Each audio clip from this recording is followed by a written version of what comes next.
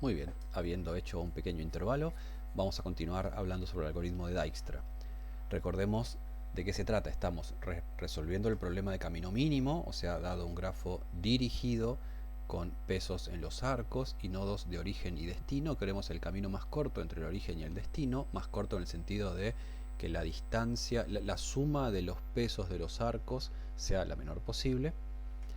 Y vimos el algoritmo de Dijkstra, que es un algoritmo muy famoso, que resuelve este problema para el caso de que ninguno de los arcos tenga costo negativo. Estamos suponiendo que las aristas tienen todos costo positivo. Puede ser cero también, pero no puede haber aristas con costo negativo. Y el algoritmo, recuerden cómo es. Asignamos una distancia tentativa a cada nodo. Inicialmente el origen tiene distancia tentativa 0 y el resto tiene infinito.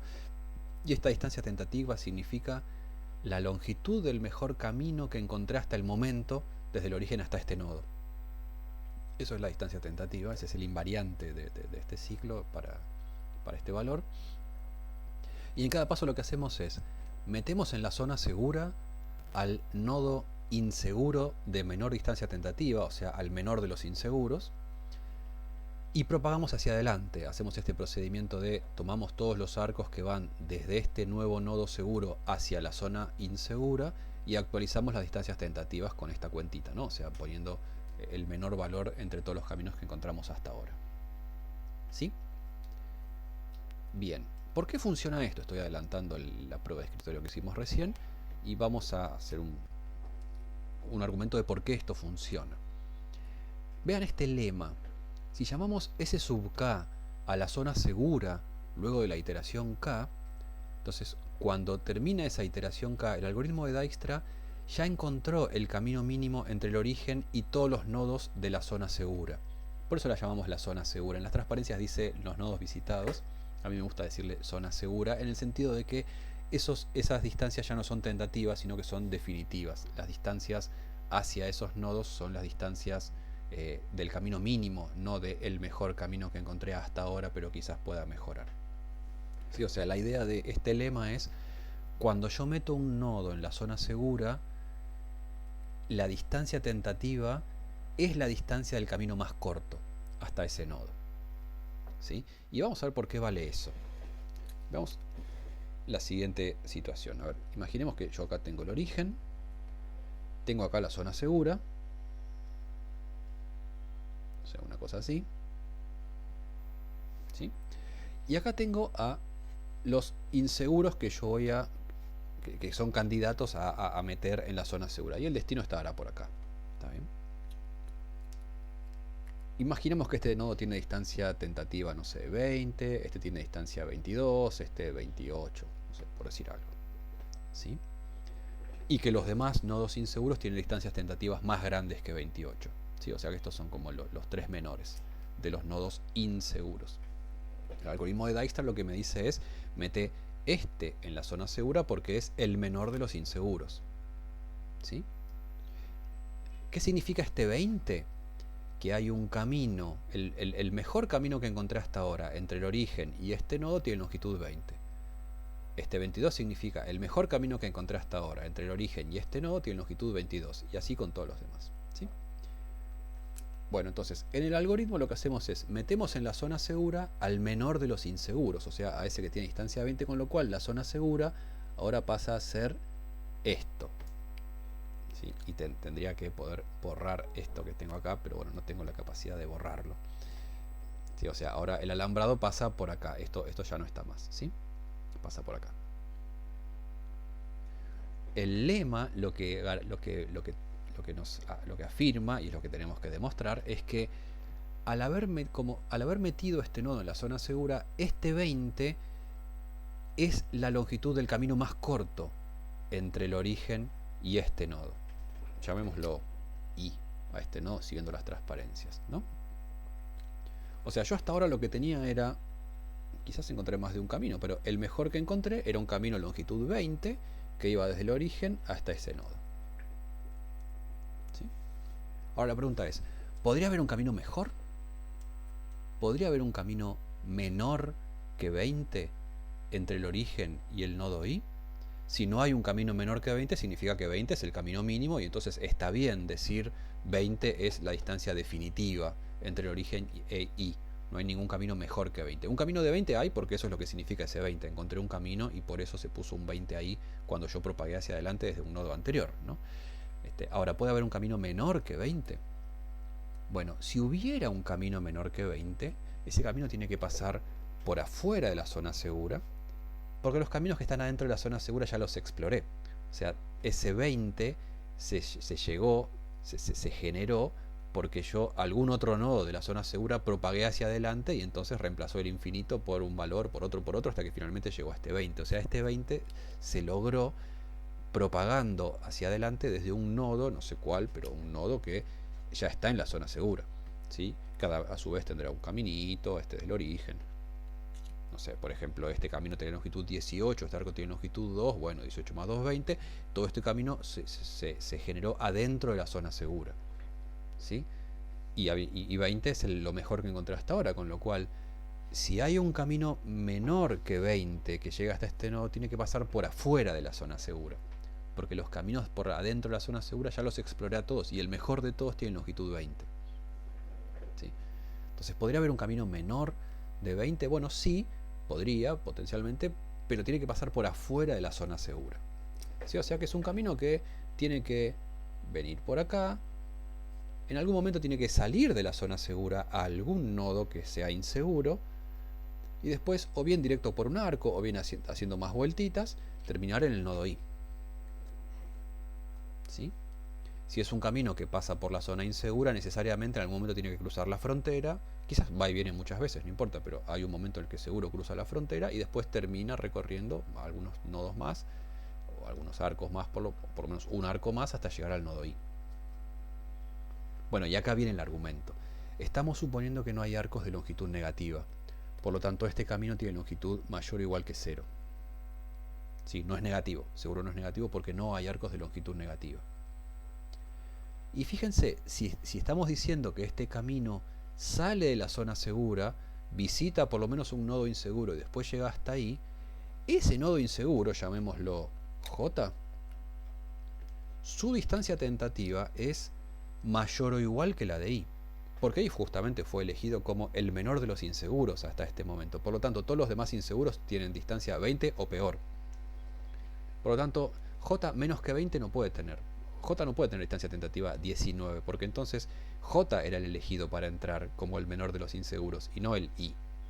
¿Se ve? El I es el menor de los inseguros, por lo tanto todos los demás inseguros son peores o iguales que I. Lo mínimo que puede valer J es 20, su distancia tentativa, pero menos que 20 no.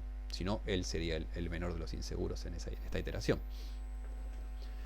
Por lo tanto, este camino, si es que hay un camino entre el origen e I que pasa por la zona insegura, no le queda otra a ese camino que ser algo de 20 o más algo mayor o igual que 0. Por lo tanto, este camino tiene que valer 20 o más.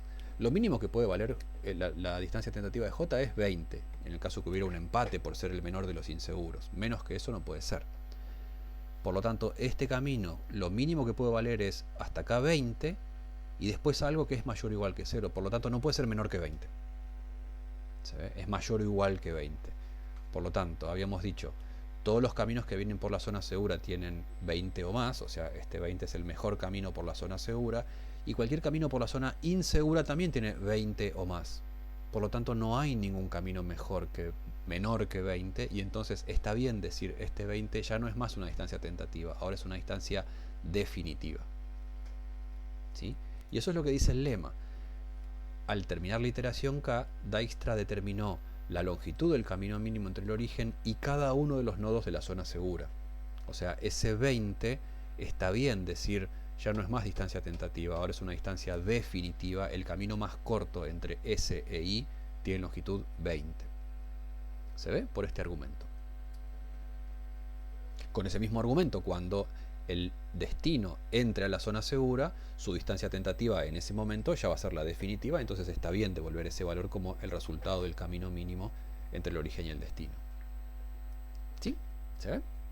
Es un argumento muy lindo, es un argumento que es muy elegante, no es muy rebuscado y esencialmente Está bien, si uno quiere escribir la demostración con palabras hay que transcribir esto de una manera un poco más formal, pero esencialmente es esta idea que acabamos de hacer con este dibujito. ¿Sí? No hay ninguna... no les metí el perro en ningún momento. ¿Sí? O sea, el argumento es esencialmente esto que les acabo de contar. ¿Sí? Por lo tanto, cuando Dijkstra termina, o sea, cuando en la versión de las transparencias cortamos porque el nodo destino entró a la zona segura, bueno, la distancia tentativa del nodo destino ahora es distancia definitiva y es la longitud del camino mínimo entre el origen y el destino. Si nosotros lo que no cortamos el algoritmo ahí, sino que lo dejamos que siga hasta que todos los nodos hayan entrado en la zona segura, entonces lo que hace en ese caso es determinar el camino mínimo entre el origen y todo el resto de los nodos del grafo. ¿Sí? Entonces, esencialmente, esto muestra por qué el algoritmo de Dijkstra es correcto. Y fíjense que usamos como hipótesis, y la usamos muy fuertemente, que no hay arcos de longitud negativa. Este argumento de este camino que viene por acá y se va por afuera es 20 o más, funciona gracias a que I es el menor de los inseguros, o bueno, potencialmente puede haber empate, y que este camino no es negativo. Si este camino llega, no importa si hay, incluso sin haber ciclos negativos, ¿no? Si esto es un solo arco de longitud negativa, el argumento ya no funciona. ¿Sí? Entonces acá estamos realmente usando esa hipótesis de que no hay arcos de longitud negativa. ¿Sí?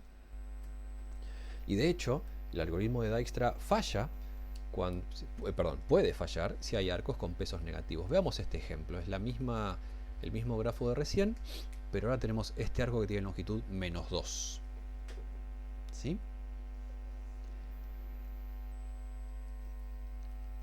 A ver, ¿qué es lo que hace Dijkstra?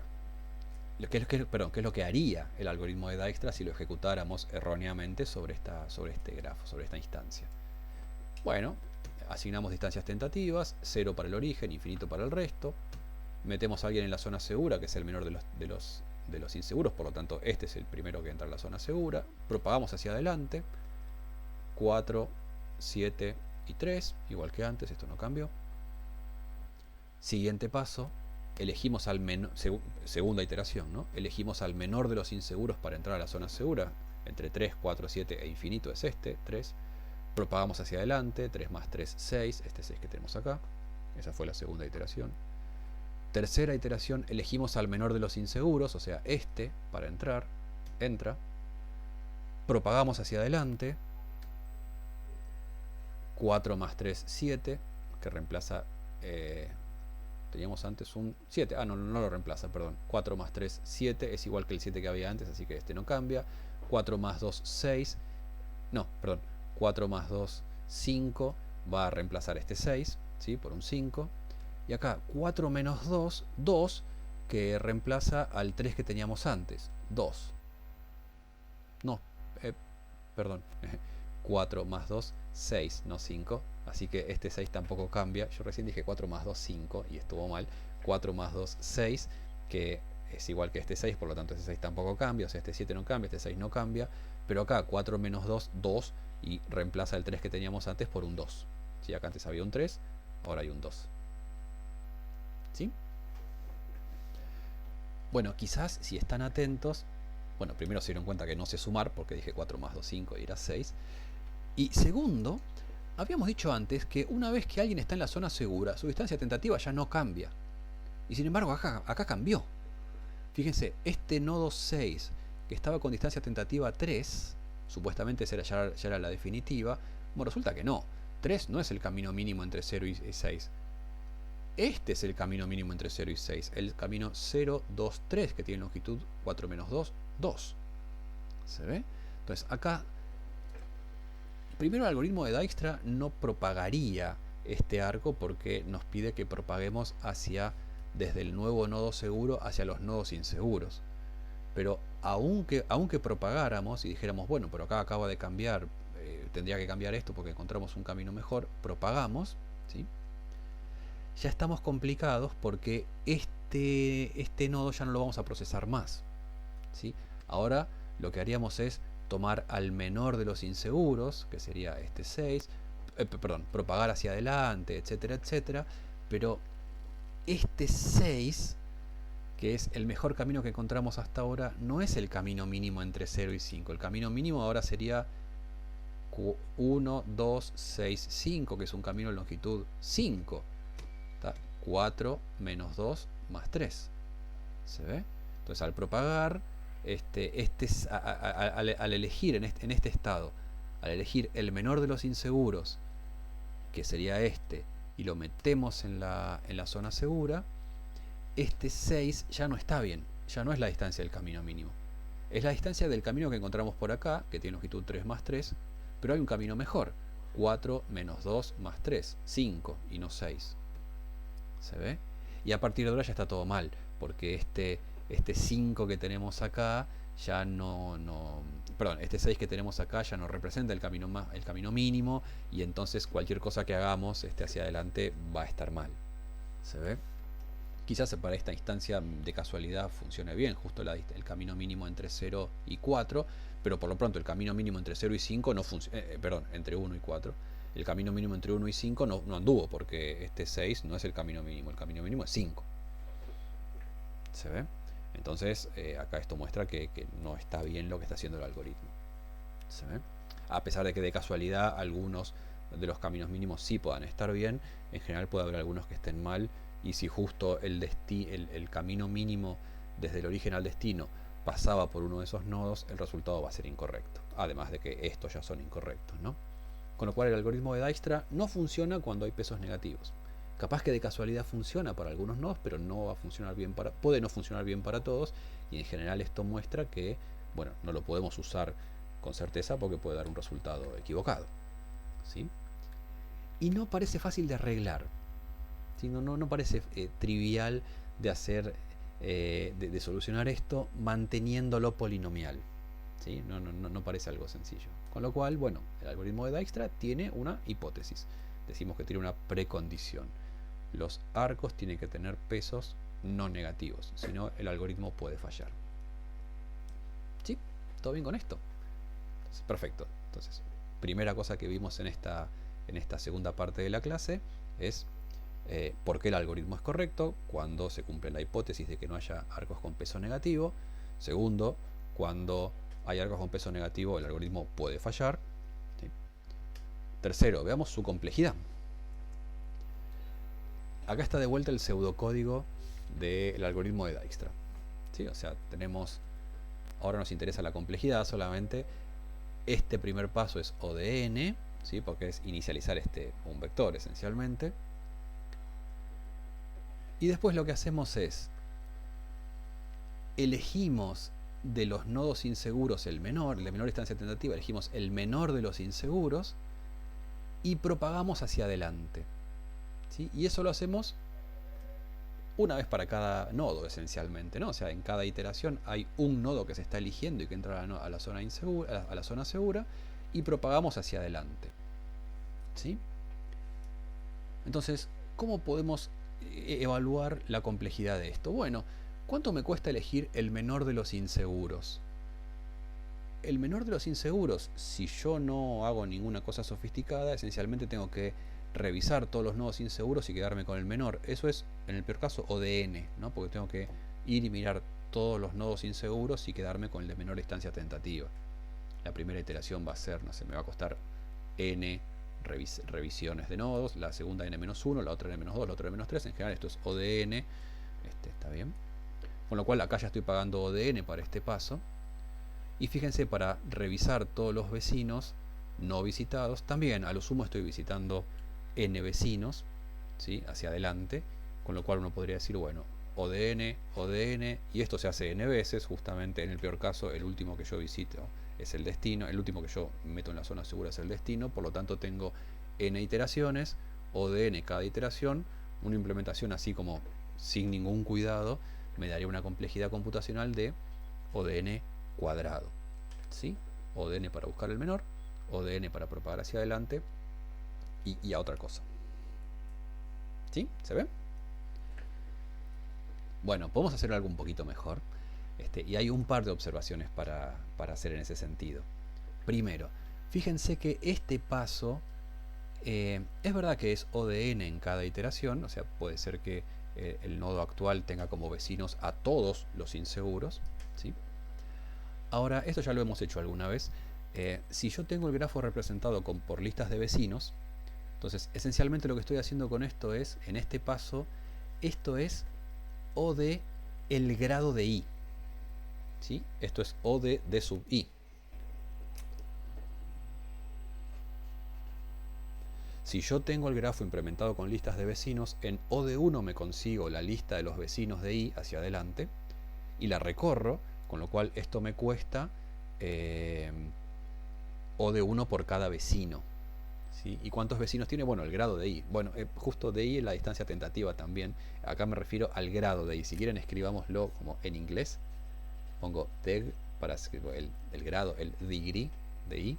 ¿Sí? De vuelta. Conseguirme los vecinos hacia adelante del nodo I, si el grafo está implementado con listas de vecinos, es O de 1. Recorrer esa lista es, bueno, grado de I, vecinos.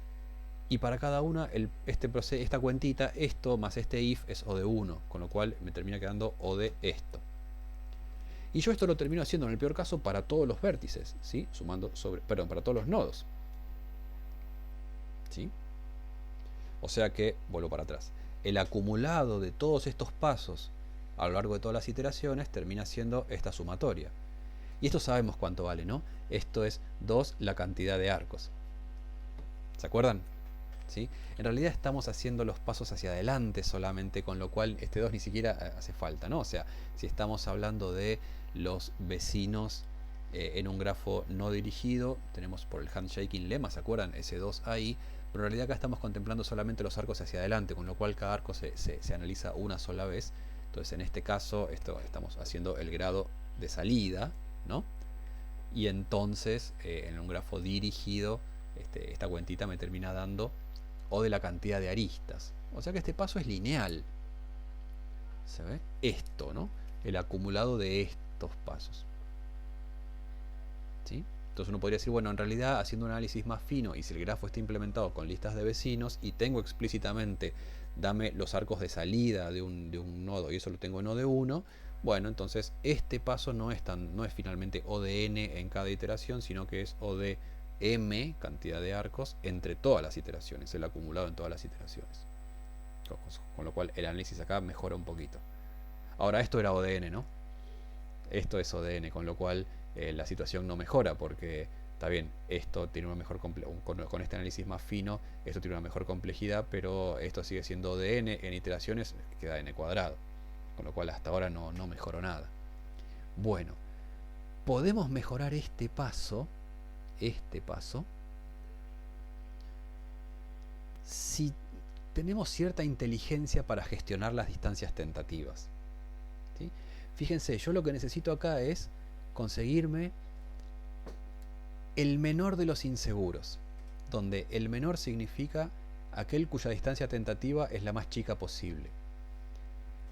Si yo tengo en general, tengo un arreglo con números, si quiero el más chico, bueno, eso es O de n, no hay manera de hacerlo menor, ¿no? O sea, no hay forma. Si mi dato de entrada es un arreglo con longitud, con una cierta cantidad de elementos, si quiero el más chico, bueno, O de n para conseguir el mínimo, no hay vuelta que darle.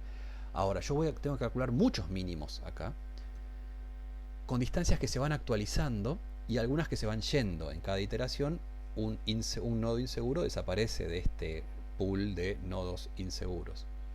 ¿Se ve? Entonces yo voy a repetir esta consulta varias veces de consultar el mínimo, consultar el mínimo, consultar el mínimo y actualizar algunos de esos valores. ¿Se ve?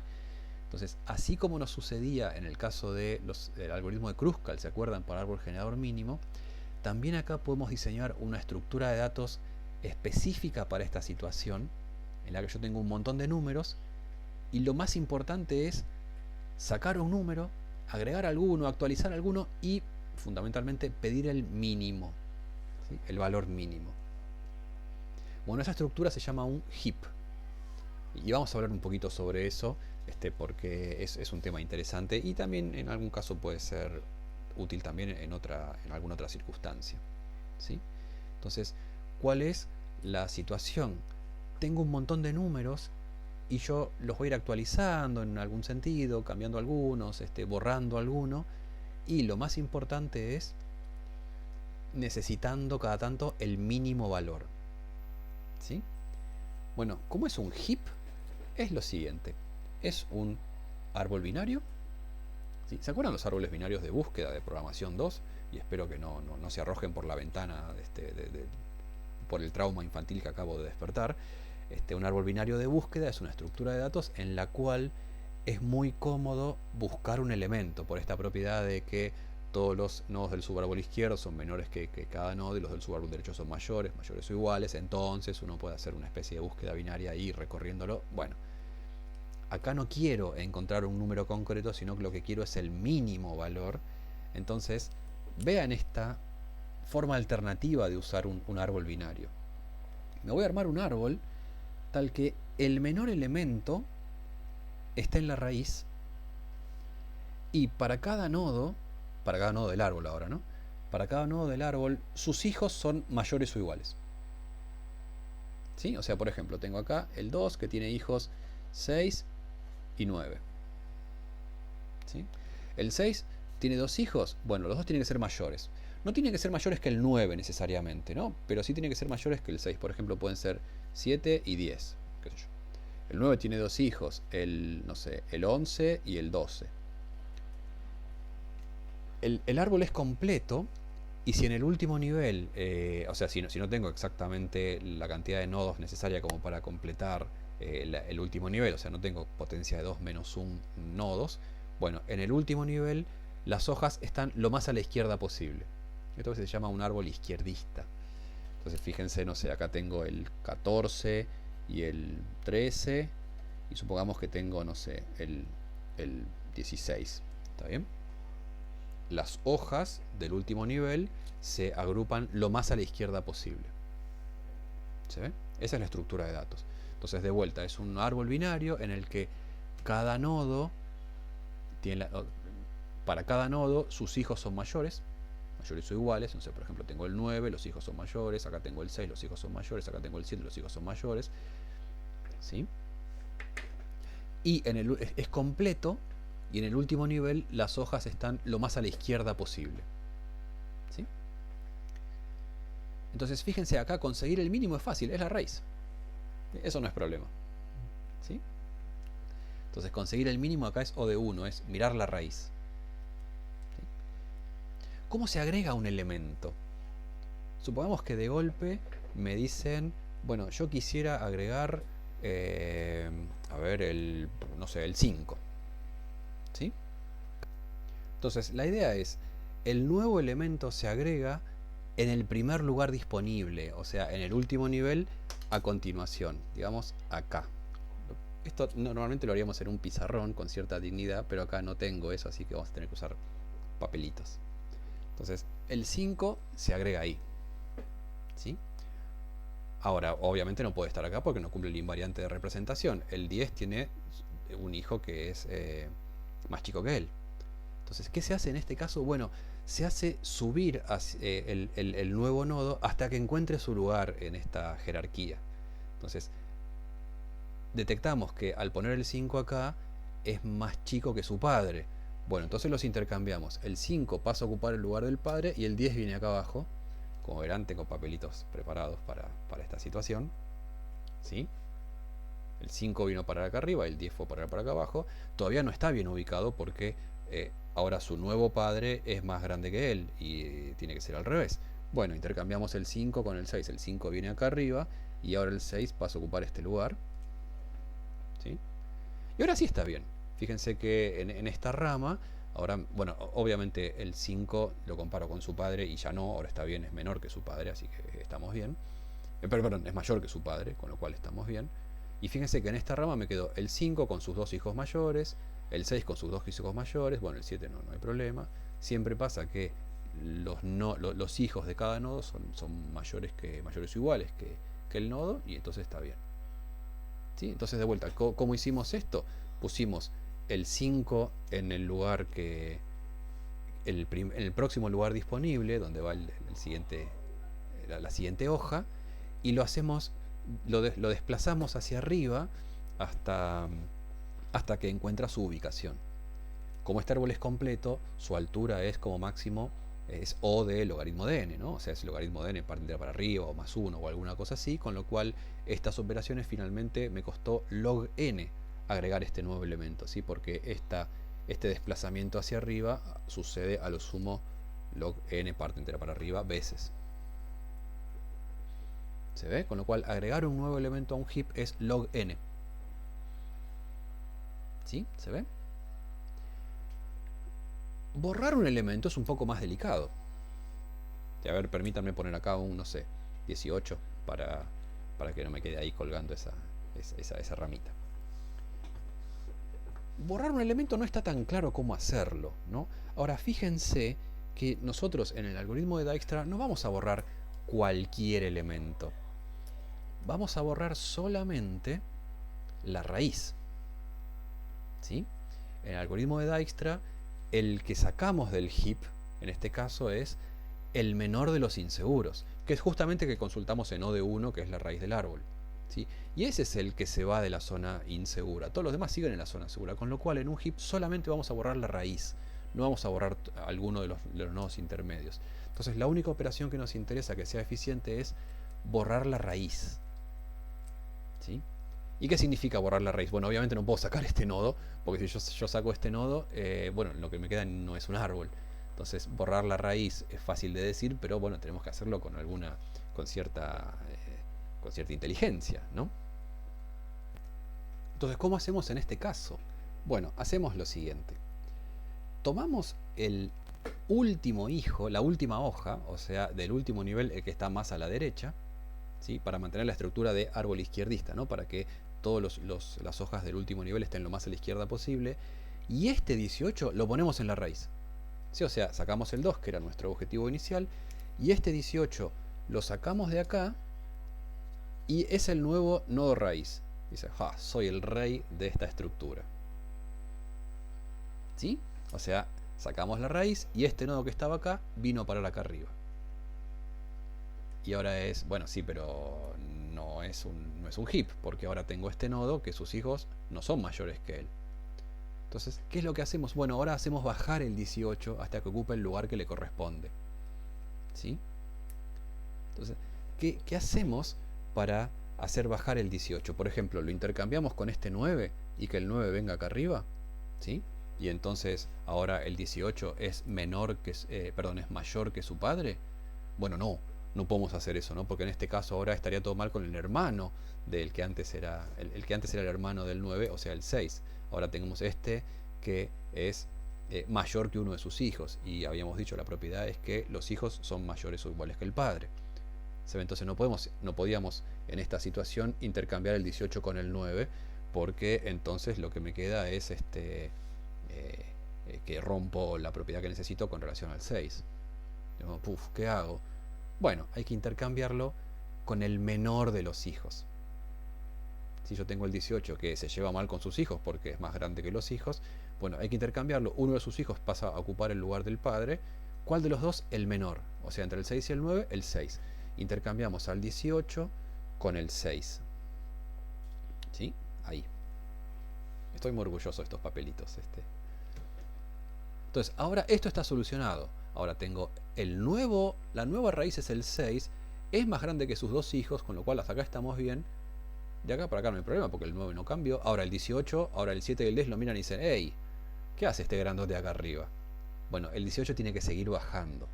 Y mantenemos la misma lógica, lo intercambiamos con el menor de sus hijos. No puedo intercambiarlo con el 10 porque entonces me quedaría el 10 y el 7 abajo y está mal. Los hijos tienen que ser mayores o iguales que el padre. O sea que hay que intercambiarlo con el menor de los hijos. O sea, con el 7. El 18 viene a parar acá y el 7 sube un nivel. ¿Se ve? Y ahora de vuelta, el 18 se lleva mal con el 14 y con el 13. Lo intercambiamos con el menor de sus hijos, el 13. ¿Sí? Y ahí quedó. Y ahí ya está. Todo este procedimiento se hizo en log n, ¿sí? Porque de vuelta, a partir de la raíz va bajando un nivel hasta llegar a lo sumo al último nivel. Lo más probable es que llegue hasta el último nivel, ¿no? Porque este era justamente el más, bueno, en nuestro caso era el más grande de todos, pero seguramente va a ser un valor relativamente grande porque está en el último nivel. Entonces es probable que baje mucho, pero no importa, no va a bajar más del log n parte entera ni por arriba niveles. ¿Se ve? Entonces, finalmente, eliminar la raíz también es log n. ¿Sí? Y volvemos a tener un heap, un árbol izquierdista, ¿no? En el que en el último nivel es un árbol completo, en el último nivel están todos los nodos a izquierda y cada nodo es menor o igual que sus dos hijos. ¿Sí? ¿Se ve? Y fíjense que ahora el 6 es la nueva raíz y es el nuevo mínimo. Y está bien. La próxima vez que me digan, che, ¿cuál es el mínimo? Voy a decir acá, en O de 1, la raíz, y está bien, es el 6. ¿Sí? ¿Se ve la idea? ¿Sí? En el algoritmo de Dijkstra está también el procedimiento de actualizar algunos valores. De golpe un nodo que tenía distancia tentativa con un cierto valor, de golpe se reduce. ¿Sí? En Dijkstra las distancias tentativas nunca aumentan, solamente disminuyen, con lo cual de pronto podemos tener un valor que de golpe, perdón, un nodo que de golpe tiene una distancia tentativa menor que antes. ¿Sí? Bueno, pero sabemos gestionar esta situación de una manera parecida a lo que hablábamos recién. Podemos hacer que ese nuevo nodo se mueva hacia arriba o hacia abajo, hacia donde le corresponda, de manera que volvamos a tener esta misma estructura. ¿Sí? Con lo cual podemos actualizar esto en un tiempo eficiente, consultar el mínimo en tiempo O de 1, las operaciones son todas log n para actualizar, y a lo sumo actualizamos m veces. ¿Sí? O sea, cada actualización es log n, agregar un nuevo elemento, o hacer subir o bajar cuando cambia, o borrar la raíz, y eso a lo sumo lo hacemos m veces. Recuerden, m representa la cantidad de arcos en este caso, ¿sí? Porque justamente este heap cambia una vez por iteración, eliminamos la raíz, esas son n veces, y como máximo se actualiza la distancia tentativa una vez por cada arco, ¿tá? O sea, acá, cuando al recorrer este arco estamos potencialmente actualizando ese valor, y eso sucede una sola vez por arco, y ese es el m que tenemos acá. Cada actualización es log n, hacemos n acá al eliminar la raíz, y m, que es el que finalmente domina, al propagar hacia adelante. Y en ese caso la complejidad me queda m log n, ¿no? Que es mejor que n cuadrado si el grafo no es muy denso. Si el grafo es muy denso, si m es O de n cuadrado, esto es peor, ¿no? Claramente. Pero si el grafo no es muy denso, que suele ser lo habitual cuando uno tiene camino mínimo porque es el grafo de un mapa, entonces esto termina siendo mejor. Más aún, en casi todos los ejemplos razonables, cuando el mapa es sobre una ciudad, m es O de n. O sea, el grafo es poco denso, no sé, cada esquina tiene 4 arcos incidentes, o 5, o 6, pero no mucho más que eso. O sea, m es una constante por n, con lo cual m es O de n y me queda n log n directamente, ¿sí? Si la cantidad de arcos es O de n. En cualquier caso, esto termina siendo una implementación mucho mejor. Y esto se puede mejorar todavía más, ¿sí? No lo vemos en la materia, pero se pueden pensar estructuras de datos aún más sofisticadas, especializadas para Dijkstra, para mejorar todavía más esta complejidad. De hecho, es un problema abierto encontrar la mejor estructura de datos para el algoritmo de Dijkstra. Todavía no está claro cuál es la mejor estructura de datos posible para implementar Dijkstra con la menor complejidad posible, ¿sí? Ahora, para cualquier fin práctico, salvo que el grafo sea monstruosamente grande, esto ya está muy bien. ¿Sí? ¿Todo bien con esto? Perfecto, muy bien. Entonces, recapitulemos. Primera cuestión que nos interesaba, ver por qué es correcto, hablamos sobre eso. Segundo, qué pasa si hay arcos con longitud negativa, vimos que no funciona y dimos un contraejemplo. Tercero, ¿cuál es la complejidad computacional? No es trivial, ¿sí? Una implementación sencilla me da una complejidad de n cuadrado, pero podemos sofisticarlo usando un heap y nos da una mejor complejidad, ¿sí? Cuarta pregunta que teníamos pendiente. Vuelvo para atrás. Ahí. Dijkstra me da la longitud del camino más corto entre el origen y el destino. Pero yo quiero el camino. ¿Cuál es el camino más corto entre el origen y el destino? ¿Recuerden este grafo? ¿Sí? Que teníamos, vuelvo para atrás para ver el grafo. Estoy yendo y viniendo de una manera bastante desprolija entre las transparencias, perdón por eso. Teníamos este grafo, el origen es el 1, el destino es el 4, y finalmente, después de hacer Dijkstra, que ahora va rápido, llegamos a esta situación y nos dice la longitud es 8. Bueno, pero yo quiero el camino mínimo, no la longitud del camino mínimo. ¿Cuánto es ¿Cuál es el camino cuya longitud es 8 entre 1 y 4? Bueno, ustedes ya habrán sospechado que los colorcitos estos que aparecen, los arcos con colorcito, algo tienen que ver, ¿no?, con el camino. Porque algunos arcos están en marrón y otros están en negro. Vuelvo para atrás y pongo pausa en algún momento del algoritmo. A ver, por ejemplo, acá. La zona segura son estos tres. El alambrado pasa por acá, ¿sí? Y estamos por empezar la cuarta iteración. En la cuarta iteración lo que hacemos es, el alambrado pasa por acá, tenemos que meter a la zona segura al menor de los inseguros. ¿Cuál es el menor de los inseguros? Bueno, 7, 5, infinito. Este es el menor de los inseguros, o sea que este entra. ¿De dónde salió este 5? Este 5, no el nodo, sino esta distancia tentativa 5 salió de cuando estábamos procesando el nodo 2 y propagamos hacia adelante. Dijimos, a ver, este arco de acá, 4 más 1, 5. O sea, este 5 vino de cuando yo estaba procesando el 2 y propagué hacia adelante. Al propagar por este arco, vimos que lo que teníamos hasta el momento, que era 6, se podía cambiar por un 5. Este 5 vino de propagar por este arco. Y eso es lo que está en verde acá. Yo en cada paso, si me guardo cuál es el arco que generó el valor actual de la distancia tentativa, esencialmente lo que estoy diciendo es de dónde vino esta distancia tentativa. Por lo menos cuál fue el último arco que me generó esta distancia tentativa. ¿Sí? Entonces, fíjense, vamos a ejecutar de vuelta el algoritmo, pero teniendo en mente eso de recién. Cada vez que yo actualizo una distancia tentativa, me guardo cuál arco fue el que generó esa distancia tentativa. En general ni siquiera hace falta guardarse el arco, no alcanza con guardarse cuál fue el nodo. Ahora vamos a hablar de eso, pero pensémoslo por ahora en términos de arcos. A ver, inicialmente yo propago hacia adelante y tengo estas distancias 4, 8 y 3. Estos arcos en verde son los arcos que generaron esas distancias tentativas. Por ejemplo, para el nodo 3. ¿De dónde salió este 8? Y de este arco. Fenómeno. Meto a alguien en la zona segura. Ese arco, bueno, en lugar de estar en verde ahora está en marrón, para representar que ahora ya es adentro de la zona segura. Y propago hacia adelante.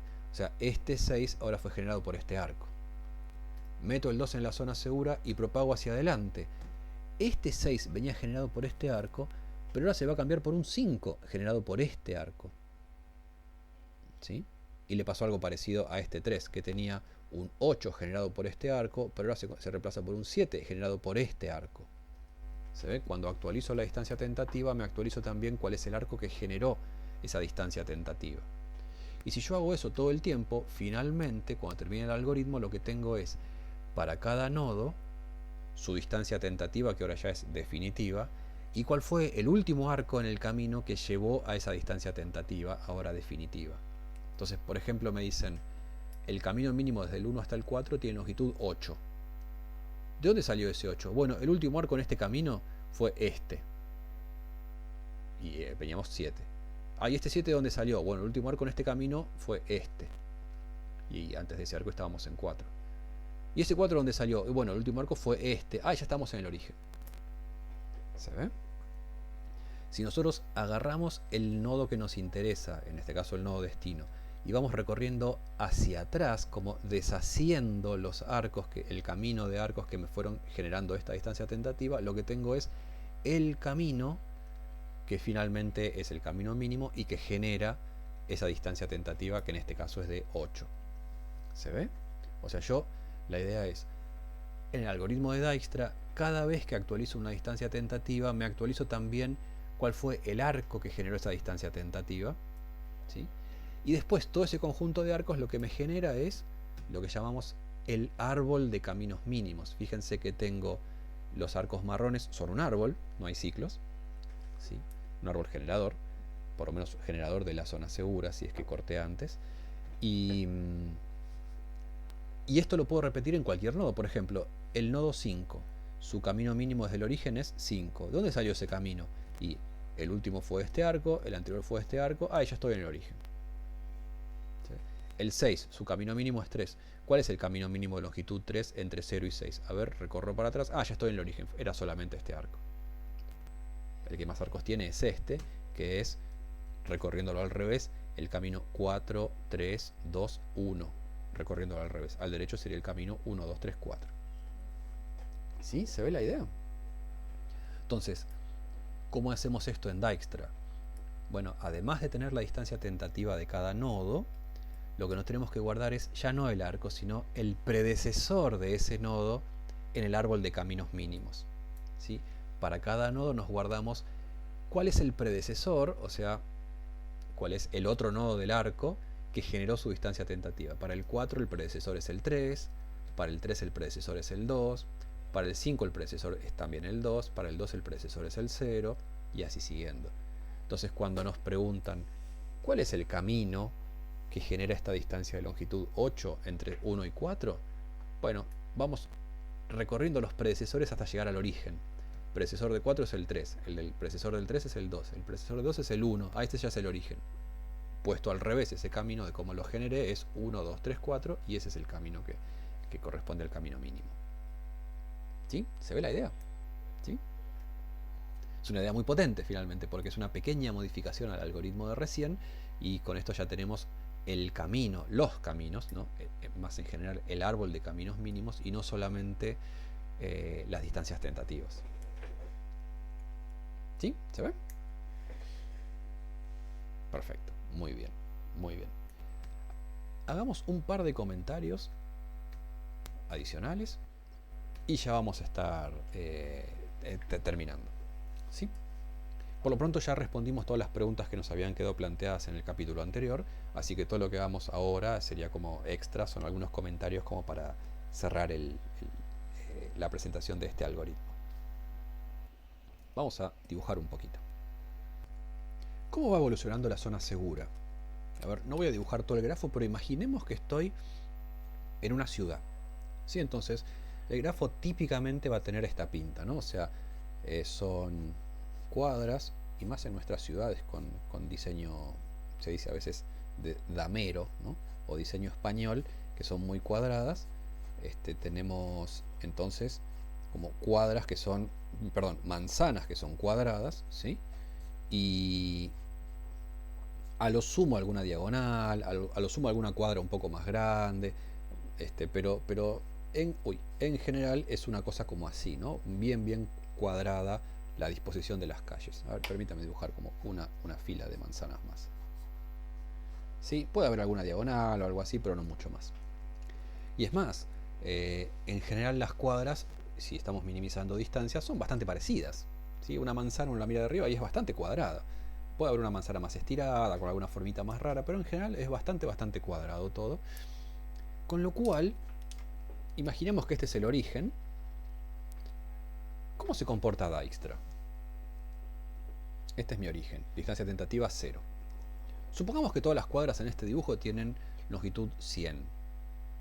¿Sí? Cuando propagamos por primera vez las distancias tentativas, cuando propagamos los arcos a partir de este, que es el primer nodo seguro, fíjense, todos los demás tienen infinito, no lo estoy dibujando. Este va a tener distancia tentativa 100, esta distancia tentativa 100, esta distancia tentativa 100, este 100 y los demás infinito. ¿Sí? Estoy suponiendo que todos los arcos tienen longitud 100. ¿Sí? Perfecto. ¿Cuál es el próximo que entra? Segunda iteración. ¿Cuál entra a la zona segura? Y el menor de los inseguros. Tenemos un empate, un cuádruple empate. No sé, supongamos que meto este. Estoy, en lugar de marcar el alambrado, estoy pintando los nodos que entran a la zona segura. ¿Sí? Perfecto, propago hacia adelante. ¿Qué significa propagar hacia adelante? Y ahora este tiene distancia tentativa 200, este 200, este 200. Fenómeno. Mi zona segura son estos dos nada más. Tercera iteración, entra el menor de los inseguros. Y tengo estos 3 con 100, estos otros 3 con 200, entra, no sé, por ejemplo este.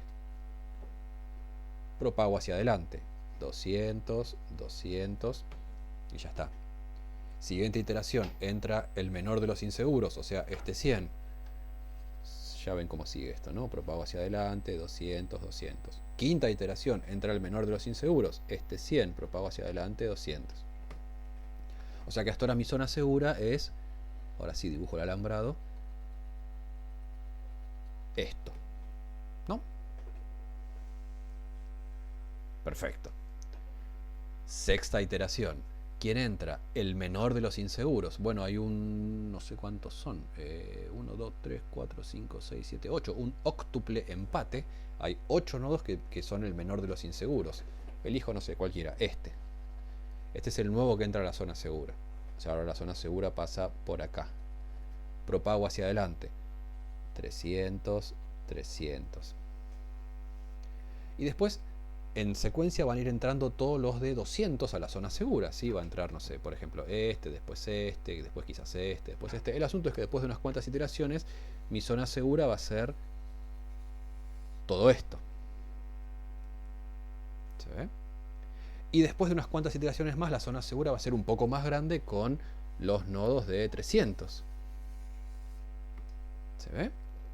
Y en general la zona segura va a seguir ampliándose de una manera como radial, ¿no? Creciendo desde el origen hacia afuera. ¿Se ve la idea? ¿Sí? O sea, ese es un comportamiento típico de la zona segura o de los nodos que va marcando el algoritmo de Dijkstra. Especialmente cuando el grafo representa un mapa en una ciudad. Va como creciendo radialmente desde el origen. ¿Se ve? Entonces, imagínense que yo quiero ir desde, no sé, desde acá hasta la UNGS. O sea, este es mi origen y la UNGS es el destino. Inicialmente, perdón, todos los nodos van a tener distancia tentativa infinita, todos estos nodos, y el único nodo con distancia tentativa cero va a ser este. Y la zona segura va a ir creciendo.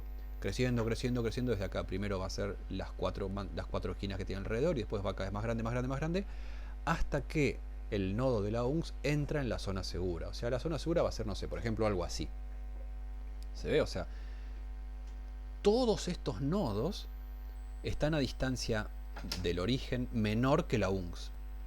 Justamente porque si por ejemplo, este nodo que está acá, entró en la zona segura, fue porque en algún momento fue el menor de los inseguros. ¿Sí? Y si fue el menor de los inseguros y este entró, pero este todavía no había entrado, significa que su distancia es menor. O sea que todos estos nodos que tenemos acá están a distancia menor o igual que el nodo destino. Y uno podría decir, puf, qué pérdida de tiempo. ¿Qué sentido tiene venir a recorrer, qué sé yo, por acá, no sé, Lanús, si yo estoy yendo para la universidad? No tiene sentido ir para el lado contrario. Bueno, el algoritmo de Dijkstra no sabe, ¿no? O sea, imagínense una situación como esta. Yo tengo acá el origen. Acá tengo el destino. Entonces la zona segura va creciendo, y de golpe tenemos que la zona segura, después de unas cuantas iteraciones, es, no sé, algo así. Uno podría decir, y recorrer toda esta parte no tiene ningún sentido, porque si el origen está como para el otro lado. Bueno, ¿qué tal si de golpe acá hay un nodo que tiene un arco con longitud, no sé, 0, o muy chiquitita? ¿Sí? Entonces, de pronto, el camino mínimo para ir desde el origen hasta el destino no es hacer algo así, sino que te conviene ir para atrás y tomar este arco milagroso que en 0 segundos, o si quieren para que no sea 0,01, me lleva hasta el destino. ¿Sí? Podría ser que convenga ir para atrás y después agarrar un arco rápido. De hecho, eso lo hacemos todo el tiempo en la vida cotidiana. A veces, si nosotros queremos ir a algún lado en auto, nos conviene quizás empezar yendo en la dirección opuesta, porque sabemos que así vamos a subirnos lo más rápidamente posible a la autopista, y después en la autopista la velocidad es mucho mejor. Entonces conviene empezar retrocediendo un poquito, porque así llegamos más rápido a la autopista y a partir de ahí la velocidad es mejor. Este sería como un arco en esa autopista. Entonces me conviene ir para atrás para poder agarrar ese arco milagroso. ¿Sí? Un ejemplo aún más extremo es si de golpe yo puedo combinar viajes, no sé, en auto y en avión, y yo quiero ir desde la UNGS hasta, qué sé yo, Europa. Bueno, empiezo yendo para Ezeiza, que está en la dirección opuesta. ¿Sí? Pero bueno, me conviene ir a Ezeiza para después tomarme un arco milagroso que en pocas horas me deja en Europa, un avión esencialmente. ¿Se ve? Si yo estoy minimizando el tiempo de viaje.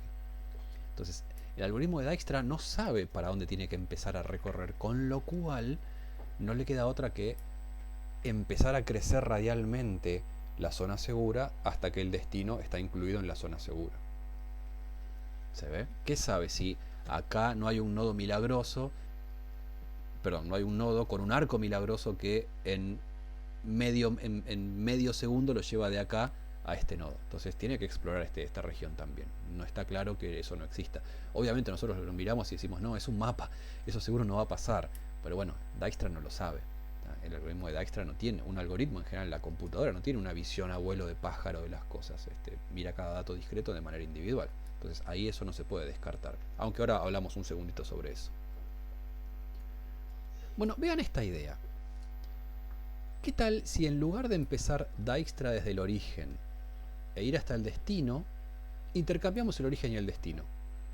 Le decimos, yo quiero ir ahora del destino hasta el origen y cambiamos el sentido de todos los arcos. Y es como si fuera hacer el camino al revés.